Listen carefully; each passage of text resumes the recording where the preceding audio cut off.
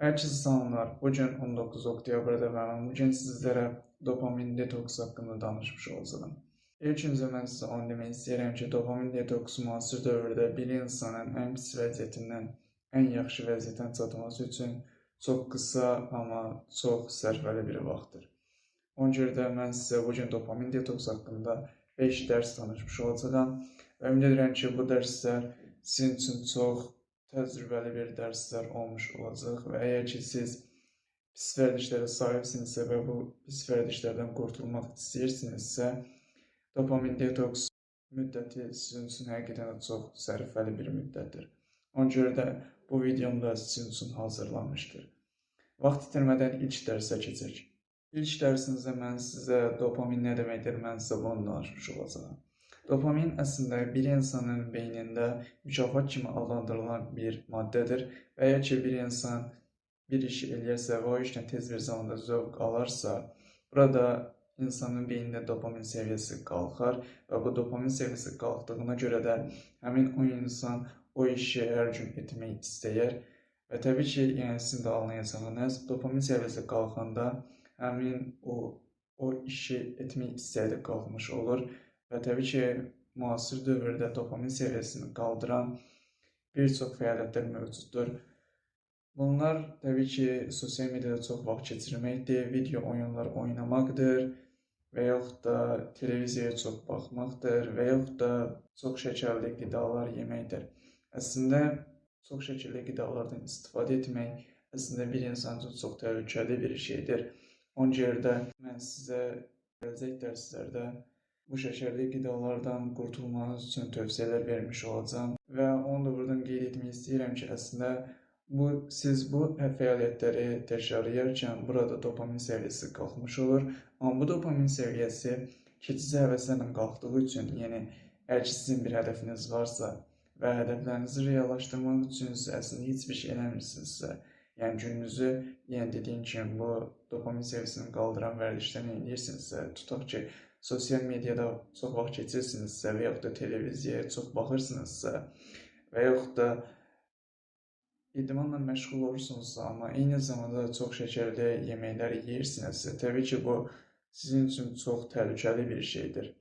Ona görə də siz əgər ki, bu fəaliyyətləri hər gün davam etdirirsinizsə, burada dopamin səviyyəsi qalxır, amma bu dopamin səviyyəsinin qalxması ilə sizdə tənbəlləşmək mövcud olur. Çünki siz bu hərəkətləri eləyərək rahatlıq zonasında düçar olursunuz və siz bu rahatlıq zonasında hər gün bu işləri eləyərək istədiyiniz o reallaşdırmaq istəyəcəyiniz xəyallardan daha da hər gün bir addım daha da uzaqlaşmış olursunuz.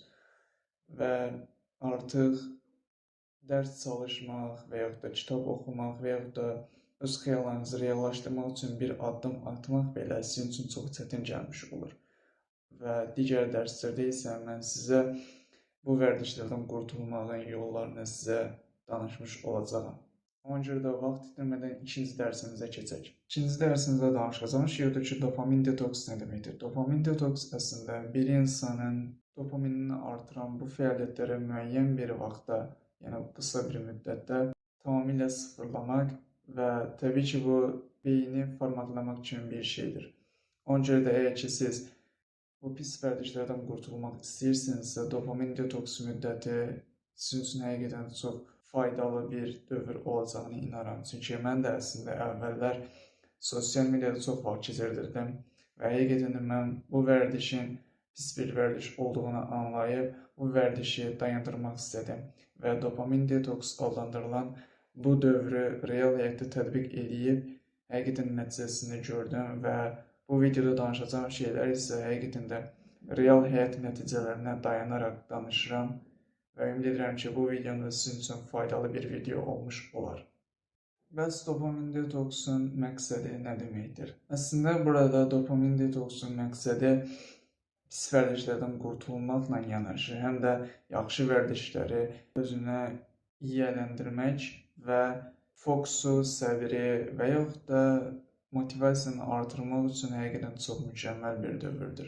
Yəni, əgər ki, siz həqiqətən də həm pis vərdişlərdən qurtulmaq istəyirsinizsə, həm də öz daxili gücünüzü artırmaq istəyirsinizsə, dopamin detoks dövrü həqiqətən də sizin üçün çox mükəmməl bir dövrdür.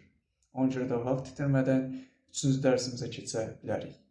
3-cü dərsimizdə danışacağım şey odur ki, dopamin detoks nə qədər davam etməlidir. Əslində, əgər ki siz yeni başlayırsınızsa, sizin üçün bir gün belə kifayətdir.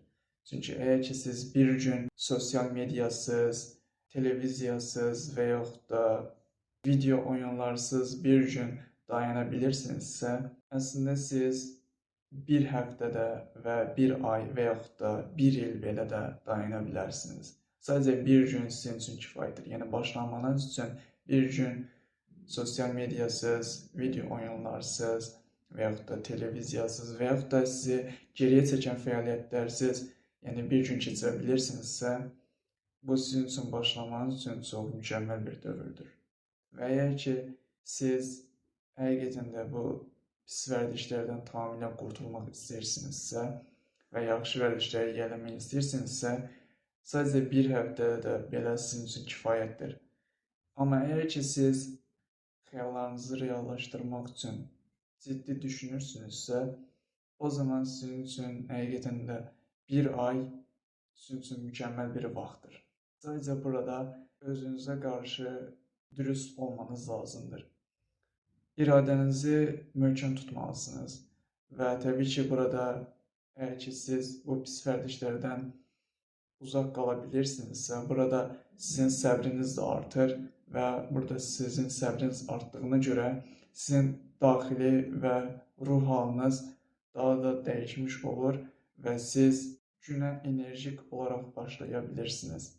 Ona görə də vaxt itirmədən 4-cü dərsə keçirmək mümkündür.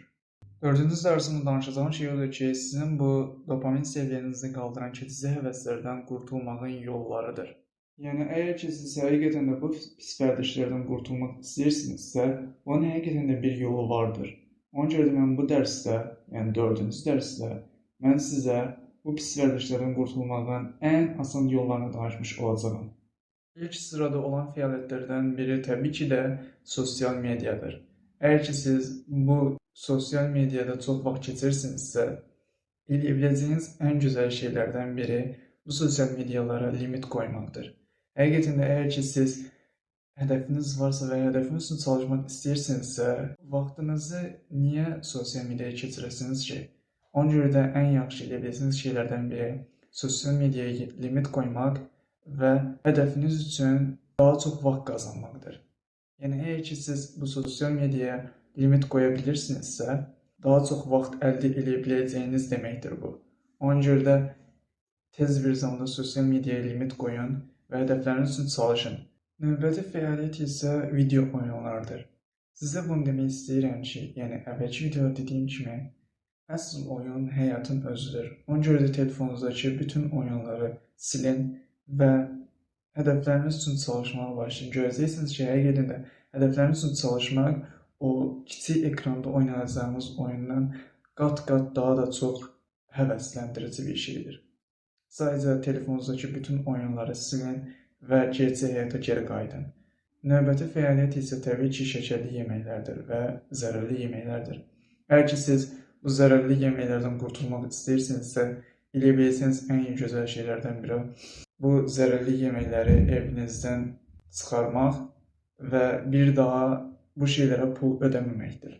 Və növbəti fəaliyyət isə, əgər ki, siz YouTube-a girib burada bir çox filmlərə çox baxırsınızsa, təbii ki, burada filmlər 1 saat, 2 saat, 3 saat və yaxud da 4 saat da çəkə bilər və siz təbii ki, əgər ki, hədəfləriniz üçün çalışırsınızsa və eyni zamanda YouTube-a girib burada çoxlu kinolara baxırsınızsa, yəni vaxtınızı bu şeyləri sərf edirsinizsə və bu vərdişdən qurtulmaq istəyirsinizsə, elə biləcəyiniz ki, YouTube-unuzda bu abunəlikləri çıxıb, sadəcə sizə faydalı olan kanalları saxlamaqdır. Və növbəti fəaliyyət isə lazımsız mesajlaşmaları silməkdir. Əgər ki, sizi aşağı çəkən insanlar varsa ətrafınızda, elə biləcəyiniz ən gözəl şeylərdən biri o insanları həyatınızdan çıxarmaqdır. Və əgər ki, onlar sizə mesaj atırsa, onları blok edə bilərsiniz və yaxud da onlara söyləyə bilərsiniz ki, yəni mən həqiqətən də öz üzərimə çalışmaq istəyirəm və həqiqətən telefonunuzu təyyarə rejiminə atıb və yaxud da bildirişlərinizi bağlayıb hədəfiniz üçün çalışmaq üçün vaxt qazana bilərsiniz. Və bu da bizi təbii ki 5-ci dərsə aparır. Və artıq sosial mediadan sizi aşağı çəkən bir çox fəaliyyətlərdən uzaqlaşmış oldunuz. Bütün bu şeyləri həyatınızdan çıxardınız. Və burada sizin içinizdə bir boşluq hissi yaranacaq. Və əslində sizin dopamin hissinin artıq keçici həvəslərdən yox, gerçək həyatdan alacağınıza dair bir işarətdir.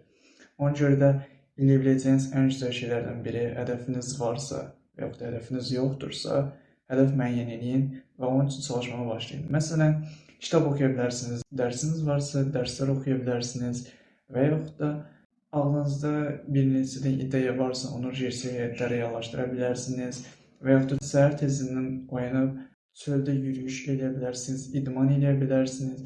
Yəni, ağlınıza gələn hər şey edə bilərsiniz.